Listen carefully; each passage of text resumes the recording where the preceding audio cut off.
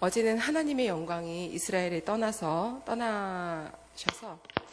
블레셋과의 전투에서 아주 큰 참패를 당한 것을 말씀을 통해서 배웠습니다. 그리고 뿐만 아니라 언약궤를 빼앗겼죠. 그래서 그 언약궤가 이들의 수호신처럼 여겼던 그 언약궤가 빼앗김으로 인해서 이스라엘이 아주 그 어두움 속에 살아가고 있음을 어제 말씀을 통해서 봤습니다.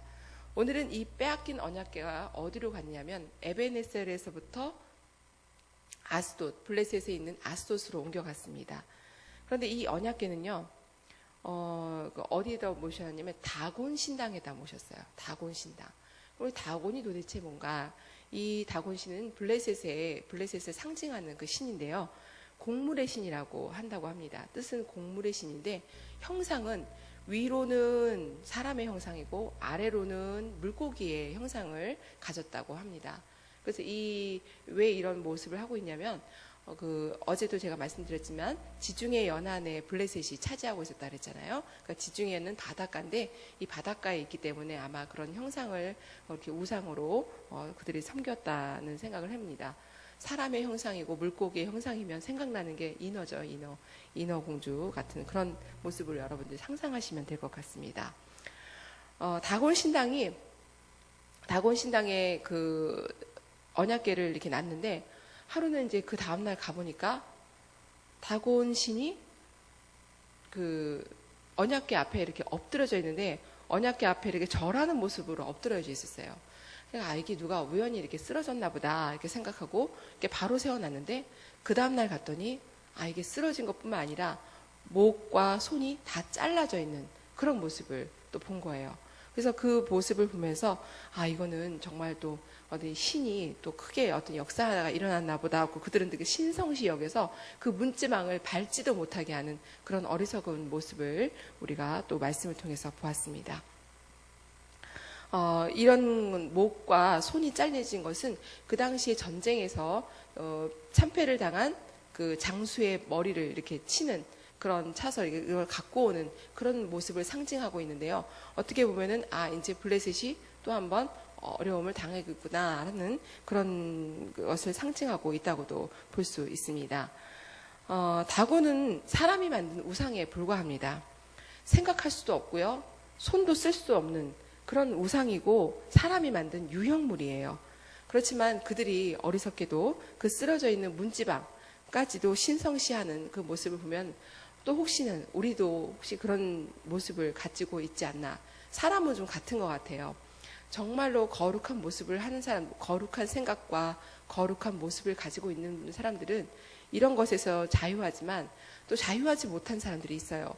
어떤 성경책도 이렇게 꼭 옆에다 이렇게 끼고 다니시고 꼭 이렇게 하시는 분들이 있잖아요. 물론 말씀이니까 그렇긴 한데 이제 물론 사람들이 만든 유형물을 가지고 거기 그것을 신성시 여기는 그러지 말고 우리는 정말 이 마음에 계신 우리 중심에 계신 그 하나님을 가장 신성하게 여겨야 하는 그런 하나님의 사람들임을 기억하시길 바랍니다. 6절에서 12절에 보면은 여호와의 손이라는 말씀이 나옵니다. 보이지 않는 하나님이 일하신다는 그런 모습을 우리가 또 상상할 수 있는데요. 여호와의 손이라는 말씀이 3번이나 등장하거든요. 그리고 또 특히 11절에는 여호와의 손이 엄중한 손이라고 이렇게 표현된 부분이 있습니다. 이 엄중하다라는 것은 무겁다라는 뜻을 갖고 있고요. 이것은 여호와의 영광을 말할 때 사용합니다. 그러니까 결론적으로는 하나님이 일하신다라는 그런 뜻으로 우리가 볼 수 있습니다. 하나님의 영광이 드러나고 있다라는 그런 뜻으로 여러분들이 생각하시면 되는데요. 이스라엘 백성의 죄와 또 이스라엘 지도자의 죄로 인해서 하나님의 영광이 나타나지 않고 없어진 것처럼 우리가 생각할 수 있지만 물론 하나님의 영광이 그들 중에는 없어졌지만 여전히 하나님의 영광은 한 다른 곳에서 비추시면서 홀로 자신의 영광을 드러내고 있다는 것을 우리 오늘 말씀을 통해서 배울 수 있습니다. 어제 전쟁 중에서 이스라엘을 도와주시지 않으셨고 이스라엘을 참패당하게 내버려 두셨지만 그 가운데서도 하나님의 영광은 꾸준히 자신의 영광을 드러내시면서 일하고 계셨다는 것입니다. 한쪽에서. 그걸 우리가 조금 더 나중에 살펴보겠습니다. 또 블레셋 방백들이 모여서 의논을 했어요.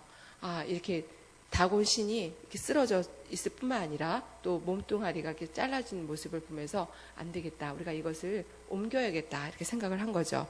그래서 언약궤를 아스돗에서 가드로 옮깁니다. 그래서 가드로 옮겼는데 가드에 더 큰 환란이 생긴 거예요.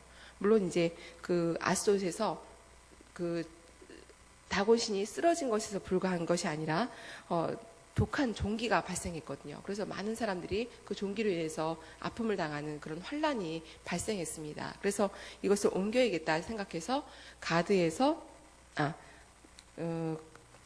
아스돗에서 가드로 옮겼는데 가드에서는 더 큰 환란이 발생한 거예요. 그래서 안 되겠다. 그래서 또 회의를 하고 에그론으로 옮깁니다. 근데 에그론에도 옮기려고 했더니 에그론 사람들이 반대를 합니다. 우리가 또 죽게 되면 어떡하려고 그러느냐 하고 막 반대를 하는 그런 모습을 오늘 말씀에서 볼 수 있는데, 마치 사드를 이제 배치하려고 하니까 그 사드를 배치하려는 그 지역 주민들이 막 결사적으로 반대하는 그런 모습과 똑같은 모습을 볼 수 있습니다. 결론적으로는 다시 회의한 결과 안 되겠다. 이 언약궤는 우리에게 있으면 안 되겠다 싶어서 그 언약궤를 다시 그 있던 곳으로 돌려보내자라고 결론적을 냈습니다. 하나님의 엄중한 그 손으로 인해서 그 블레셋에 갔던 하나님의 언약궤는 다시 하나님의 이스라엘 사람들로 이렇게 다시 돌려보내주는 그런 결과를 보일 수 있습니다.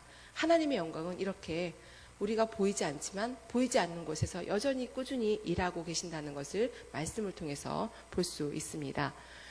눈에 보이지 않는 하나님의 손은 여전히 우리를 위해서 일하신다는 것을 여러분들이 기억하시기를 바랍니다. 하나님의 손은 때로는 자신의 백성을 위해서 자신의 백성을 구원하시기도 하지만 때로는 심판하시기도 하신다는 것입니다.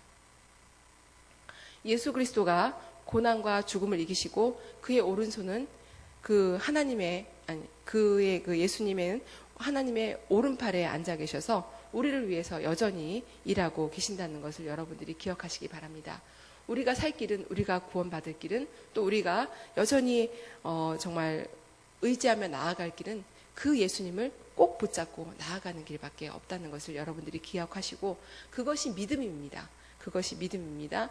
나를 의지하고 상황을 의지하고 사람들을 의지하는 것이 아니라 진정하게 그 살아서 역사하고 여전히 우리를 위해서 일하시는 그분을 믿고 나아가셔서 하나님 앞에 귀하게 쓰임 받는, 또 오늘 그 우리에게 항상 이렇게 달려드는 그 적인 원수인 사단을 이기고 승리하는 저와 여러분 되시기를 간절히 부탁드립니다. 기도하시겠습니다.